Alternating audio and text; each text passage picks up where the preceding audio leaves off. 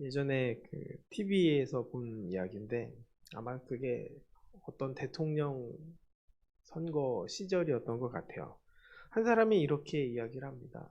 그 대통령 선거는 대통령이 대통령 되는 날 이외에는 행복한 날이 하루도 없다고 이야기합니다. 물론 대선을 준비하는 기간도 편한 시간이 아니지만 또 대통령이 되었다고 해서 또 그 시간이 편한 것이 아니기 때문입니다. 오직 당선됐다라는 그 기쁨, 그날 하루만 기쁘다고 이야기를 합니다. 그 이유가 무엇일까요? 어, 지도자는 삶이 어렵기 때문입니다. 같은 부류의 사람을 만나는 것도 아니고 또 같은 부류에 있는 사람이다 할지라도 서로 각자 다른 생각을 하고 살아가기 때문입니다. 같은 부류가 아닌 다른 쪽의 사람들은 더 어떨까요? 전혀 관심과 이해도가 다르고 또 성향이 전혀 다른 사람들이 모여서 그들의 세상에서 그들은 말이 많고 소란스럽고 또 평가를 하고 옳지 않은 길을 인도하면서도 잘하고 있다고 생각하기 때문에 지도자로서 살아간다는 것, 또 뭐 어떤 높은 위치에서 누군가를 통치해야 한다는 것은 결코 쉽지 않다는 것입니다. 대통령뿐이겠습니까? 많은 사람들이 어느 한 자리, 또 지도자의 위치에 있으면 여러 가지 이야기를 들어야 되고, 또 여러 가지 생각을 해야 되고, 또 여러 가지 결정을 해야 하는데, 그 결정을 이르기까지도 서로 평가가 다르고 생각이 다르기 때문에 그 결정 하나하나도 하기 힘든 삶을 살 수밖에 없기 때문에 지도자의 삶은 편치 않다고 하는 것이죠. 그럼 모세는 40년 동안 지도자로서의 생활을 했습니다. 사실 얼마나 어렵습니까? 하나님께 무릎 꿇고 나아가지 않으면 헤쳐갈 수 없는 길을 걸었던 것입니다. 바로 앞에 찾아가서 바로가 듣기 싫은 말도 해야 되고 또 10가지의 재앙을 보아야만 했습니다. 또 겨우 이스라엘 사람들을 끌고 나와서 홍해에 섰습니다. 그때 기분이 어땠을까요? 앞에는 바다가 막고 있고 뒤에는 애굽의 기병대가 추격하고 있습니다. 이래도 죽고 저래도 죽는 상황이라는 것입니다. 마음이 편하지 않았을 것입니다. 물론 지팡이를 통해 그 하나님의 인도하심을 경험하기는 했지만 그 과정 속에서 마음의 떨림과 두려움은 너무나 큰 경험이기 때문에 사실 쉽지 않다는 것입니다. 그러한 놀라운 경험을 했음에도 또 백성들은 물이 없다고 불평합니다. 또 원망합니다. 그리고 그 불평과 불만은 끊이지 않았다는 것입니다. 또 하나님께서는 그 이들의 불만을 들으시고 다시 시작하겠다고 말씀하십니다. 그런 하나님을 오히려 모세는 말리고 있다라는 것이죠. 늘 피가 마르지 않는 상태로 살고 있었다는 것입니다. 가나안 땅에 다다라서는 백성들이 또 물이 없다고 불평하니까 반석을 2번 때렸습니다. 그것 때문에 하나님께서는 너는 가나안 땅에 들어가지 못할 것이다 라는 말씀을 듣게 됩니다. 얼마나 억울할까요? 그러나 모세는 하나님을 원망하지 않았고 또 백성들을 미워하지도 않았습니다. 이러한 모습이 바로 지도자의 모습이라는 것입니다. 미디안과의 전쟁에서 승리로 이끌고 코앞이 여리고성인데 또 사건이 터집니다. 두 지파가 가지 않겠다는 것입니다. 전쟁을 불참을 선언한 것입니다. 곧 이 세상을 떠날 사람 앞에서 거기다 대놓고 40년간 함께한 고마움도 모르고 또 불평 불만이 터져 나온 것이고 또 모세의 인생 앞에서 또 어려움을 주어지게 했다는 것입니다. 그것이 바로 우리의 삶이자 현주소가 아닐까 생각합니다.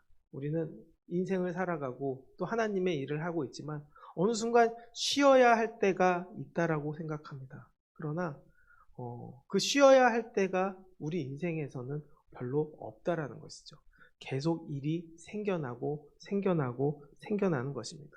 그 이유는 바로 마지막까지 하나님을 붙잡으라는 말씀으로 여겨지게 됩니다. 그들은 이렇게 말합니다. 1절 말씀을 보면 르우벤 자손과 갓 자손은 심이 많은 가축대를 가졌더라. 그들이 아셀 땅과 길르앗 땅을 본즉 그곳은 목축할 만한 장소인지라 소유가 늘어난 것이 문제가 되었다는 것이죠. 소유가 많아지니까 지금 점령한 땅이 가축을 기르기에 좋은 땅으로 보인 것입니다. 요단강 오른쪽은 요단 동편, 또 왼쪽은 요단 서편이라고 하는데 가나안 땅을 점령하는 것은 요단 서편을 점령해야 하는 것이기 때문에 요단강을 건너가야 하는 것입니다. 요단 동편의 미디안 족속의 땅을 차지하면서 문제가 생겼다는 것이죠. 없을 때는 괜찮았는데 보면 문제가 생긴다는 것이죠. 보이는 것에 마음을 빼앗겨 버린 것입니다. 보이는 것에 빠져서 보이지 않는 것을 놓쳐버릴 때가 있다는 것이죠. 루벤 지파와 갓 지파는 그곳이 살만한 곳이다 라고 생각했던 것입니다. 5절 말씀에 또 이르되 우리가 만일 당신에게 은혜를 입었으면 이 땅에 당신의 종들에게 그들의 소유를 주시고 우리에게 요단강을 건너가지 않게 하소서, 이렇게 말합니다. 하나님이 축복하고 주신 것, 또 가진 것, 소유가 많아지니까 요단강을 건너지 않게 해달라는 것이죠. 그들의 목적이 무엇일까요? 바로 요단강을 건너서 하나님께서 주시겠다고 하신 그 가나안 땅에 가서 점령해야 하는 것인데 자신의 소유가 많아지니까 요단강을 건너는 것을 거부하게 된 것이죠. 사명을 잃어버린 것입니다. 또 새하늘과 새 땅보다 여기가 좋다라고 말하는 것입니다. 출애굽의 목적과 의미를 잃어버린 것입니다. 광야를 왜 지나왔으며 또 왜 가나안 땅에 들어가야 하는지 다 잊어버린 것입니다. 이미 가진 것에 만족해 버린 것입니다. 자족하는 것이 나쁜 것은 아니지만 사명을 잃어버린 자족은 하나님과의 관계를 막아버리게 됩니다. 그렇게 되면 나에게 돌아오는 것은 무엇입니까? 바로 심판밖에는 없다는 것입니다. 그러나 우리에게도 이런 모습이 있다는 것이죠. 지금 현실에 감사하니까, 지금 현실에 안주해도 괜찮다 생각하니까 자신의 사명을 잃어버릴 때가 있다라는 것입니다. 교회도 마찬가지입니다. 아마 교회가 커지고 어느 정도 자신들이 목적한 바를 이루면 여기가 좋사오니 여기에 버티겠습니다, 여기에서 남겠습니다 하는 일들이 있다라는 것이죠. 그러나 우리가 잊지 말아야 할 것은 하나님이 우리에게 주신 사명이라는 것입니다. 그 사명이 있을 때 우리는 살아갈 수 있는 것이고 사명으로 달려가는 것이 하나님께서 원하시는 길이기 때문입니다.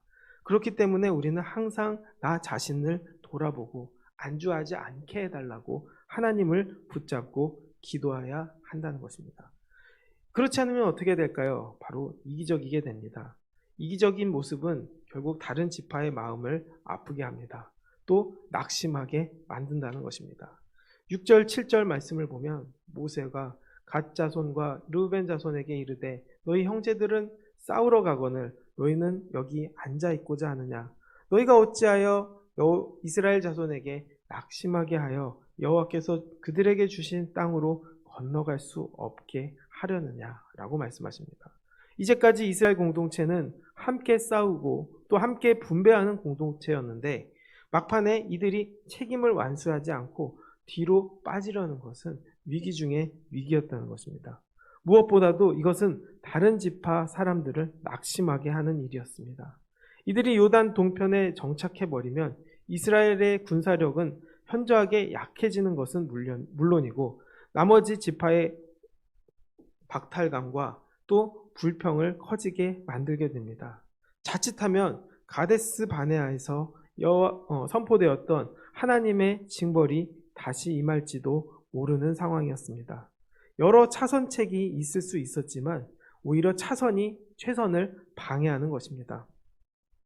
모세는 끝까지 하나님의 뜻에 붙들려서 소명을 이끄는 선택을 하게 된 것이죠. 지파들이 갈라지게 않게 하는 것, 통합의 리더십을 끝까지 발휘했다라는 것입니다. 8절부터 15절 말씀은 바로 그 말씀입니다. 다시 돌이키라, 다시 생각을 바꿔라, 또 모두를 낙심하지 않게 하라, 이렇게 말을 하게 된 것이죠. 정탐꾼 10명의 믿음이 없음을 보고는 모든 사람이 낙심하게 만들어졌고 또 그 불신앙의 결과로 20세 이상의 백성은 광야에서 죽어야만 했으며 이스라엘은 40여 년 동안이나 광야를 방황해야 했습니다. 그 아픔을 다시 잊어버렸다는 것입니다. 모세는 그러한 심판에서 제외된 사람은 오직 여호수아와 갈렙 두 사람뿐이라고 말합니다. 그 이유는 그들이 여호와를 온전히 따랐기 때문입니다. 지금 너희들 10명의 정탐꾼이 걸었던 그 불신앙과 불순종의 길을 걷고자 하니 다시 돌이켜 여호수아와 갈렙의 본을 따르라는 권면이었습니다. 모세는 그들의 요청이 여호와를 반역하는 일이기 때문에 심판이 임할 것이라는 것을 경고합니다. 만약 여호와를 떠난다면 여호와의 심판은 단지 그들에게만 아니라 모든 백성에게 이를 것이라고 말합니다. 숨 쉴 틈 없이 몰아붙이는 그 모세의 경고는 결국 하나님의 약속과 민족의 역사에 근거하고 있습니다. 세상의 이치니 인간적인 필요가 선택의 기준이 되어서는 안 된다는 것입니다.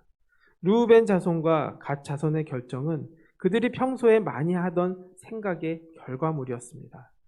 매일 믿음 안에서 사는 것, 또 일상 속에서 하나님의 약속을 의지하는 것이 이래서 중요합니다.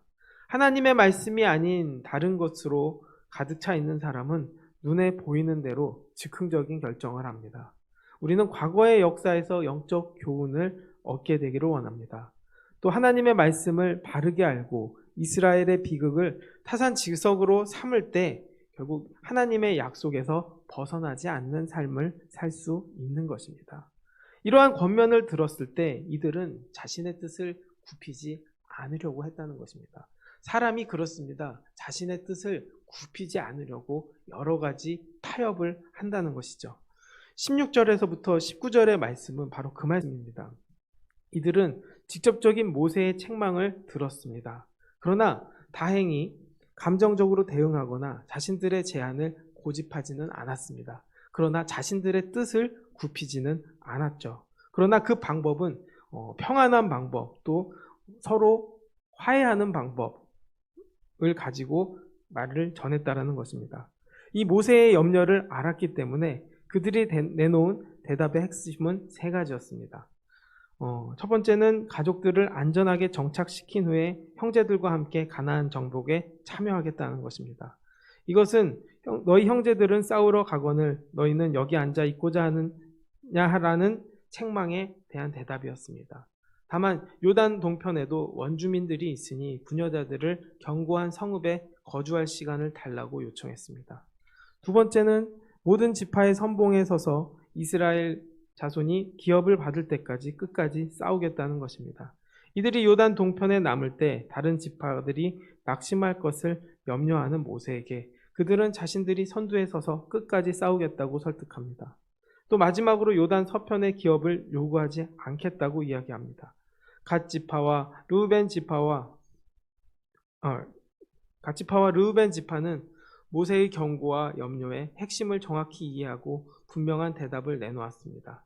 자기 족속만 생각한 이기적인 첫 번째 제안에서 나아가 다른 지파들의 감정과 입장을 배려한 대답이었다는 것이죠. 그러나 이 대답이 모든 지파를 만족시킬 수는 없었을 것입니다. 또 여리고성을 빨리 쳐들어가야 하는 상황에서 이들은 결국 자신들의 재산을 지키기 위해 시간을 벌게 만들었고 시간을 늦추는 일을 행했기 때문입니다. 여전히 그들은 그들 생각이 가득했고 하나님의 뜻에는 하나님께서 주신 소명에는 여전히 관심이 없었다는 것이죠. 그저 차선책을 선택했을 뿐이라는 것입니다. 우리가 그렇습니다. 바로 이런 행동들이 우리 삶 속에 많다는 것이죠. 우리는 하나님의 소명을 생각하기보다는 내 뜻을 생각하고 오히려 타협하려고 할 때가 있다라는 것이죠. 기도할 때도 우리는 내 목적을 위해서 하나님과 타협할 때가 얼마나 많습니까? 그런 것들을 우리는 조심해야 한다는 것이죠. 우선적으로 하나님이 주신 사명과 소명, 그리고 그 말씀을 따르는 순종의 길이 우선이라는 것을 잊지 않고 살아가게 되기를 원합니다. 그리고 하나님이 우선되어서 늘 하나님의 뜻을 따르고 붙잡고 승리를 경험하는 우리가 되기를 주님의 이름으로 축원하겠습니다. 기도하겠습니다. 사랑과 은혜가 많으신 아버지, 우리는 보이는 것에 약합니다. 또 보이는 것이 다라고 여길 때가 있습니다.